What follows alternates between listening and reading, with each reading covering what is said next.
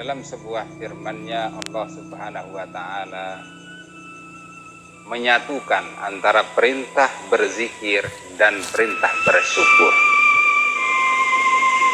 Hal itu terdapat di dalam surat Al-Baqarah ayat 152. Fazkuruni azkurukum washkuruli wala takfurun. Di situ Allah memerintahkan kita agar menjadi hamba yang selalu bersyukur, harus selalu berzikir, dan kita dilarang kufur kepada Allah Subhanahu wa taala. Jika demikian firman Allah, berarti sangat erat sekali kaitannya dan hubungannya antara berzikir dan bersyukur dalam rangka menghindari kufur kepada Allah.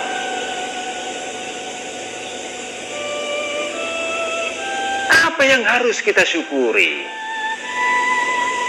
Ada banyak nikmat Allah yang tidak terhingga yang Allah berikan kepada kita. Tapi coba kita ingin melihat dalam kesempatan ini melalui sebuah hadis dari Rasulullah Sallallahu Alaihi Wasallam. Cerita ini sebetulnya sangat panjang, tapi ujung dari cerita ini di dalam sebuah hadis baginda mengatakan bahwa seluruh keturunan Adam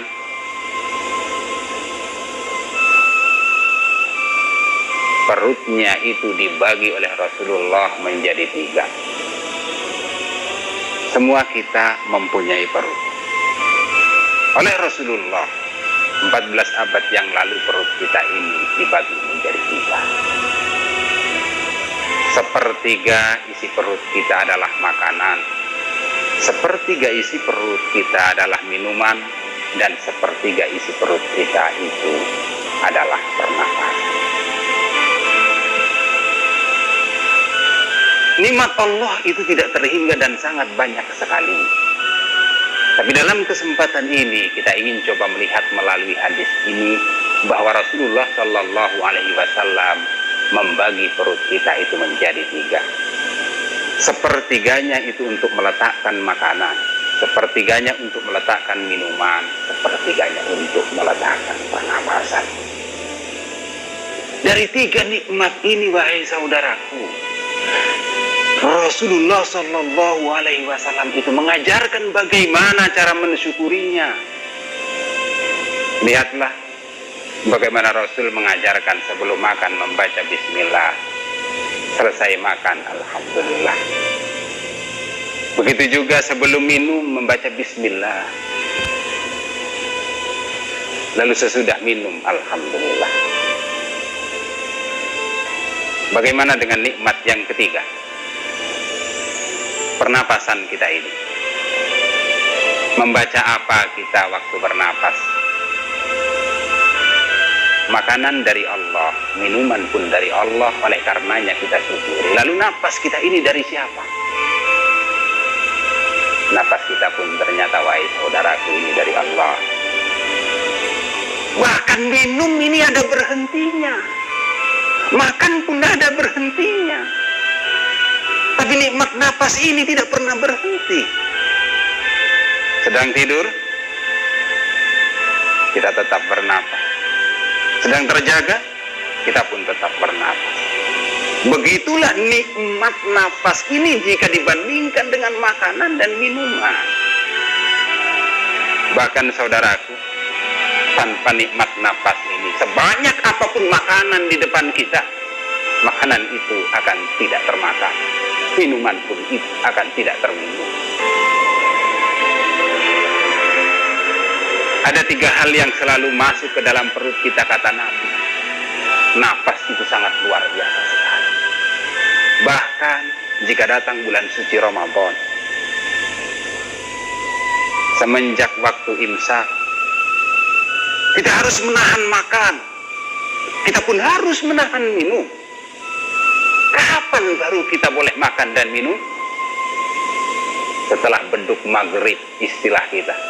Setelah kumandang azan maghrib, setelah matahari terbenam. Semenjak imsak hingga matahari terbenam itu jaraknya nyaris dan hampir 13 jam. Tanpa nikmat makanan, tanpa nikmat minuman. Tapi bisakah kita menjalankan puasa, wahai saudaraku, tanpa nikmat nafas? Dan sebegitu beranikah kita untuk ingkar kepada Allah tentang nikmat nafas ini? Sementara firman Allah, selalulah ingat kepadaku, selalulah bersyukur kepadaku, jangan kalian kufur kepadaku. Fazkuruni azkurkum washkuruli wala takfurun. Saudara-saudaraku kaum muslimin rahimakumullah, tugas bersyukur dan berzikir, andai kata tugas itu kita satukan bersama nafas, maka sungguh kita bisa berzikir, menjadi hamba Allah yang pandai mengingat Allah. Karena nafas itu memang selalu bersama kita kapanpun dan dimanapun, dalam setiap keadaan.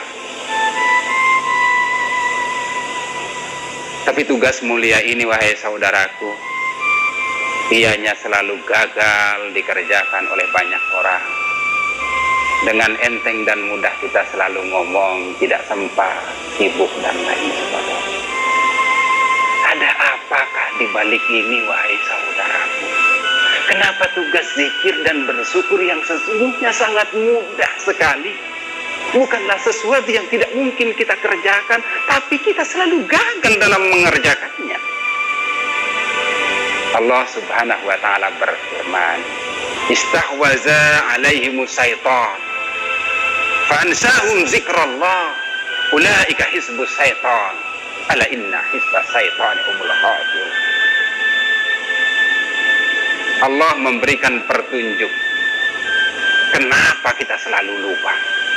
Di balik lupa kita itu, wahai saudaraku, ternyata adalah sebuah kekalahan besar yang sedang kita derita karena kita sudah tergoda oleh setan. Istahwaza alaihimus syaitan. Setan telah menguasai kita. Apa buktinya setan menguasai kita? Kata Allah, tanda-tandanya kita lupa kepada Allah. Ternyata lupa kepada Allah bukan sesuatu yang main-main.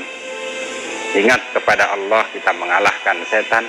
Lupa kepada Allah berarti kita yang kalah dengan setan. Kalau kita sudah kalah dengan setan, dijajah setan, maka menurut Allah pada saat itu kita sudah menjadi tentaranya setan. Apa nasib tentara setan di hadapan penilaian Allah? Ala inna hizbas syaitani humul khasirun. Menjadi tentara setan sesungguhnya hanyalah akan menjadi tentara yang sangat rugi sekali. Saudaraku, sesungguhnya setan sebagai makhluk yang diciptakan dari api, dianya itu adalah musuh kita yang sangat nyata.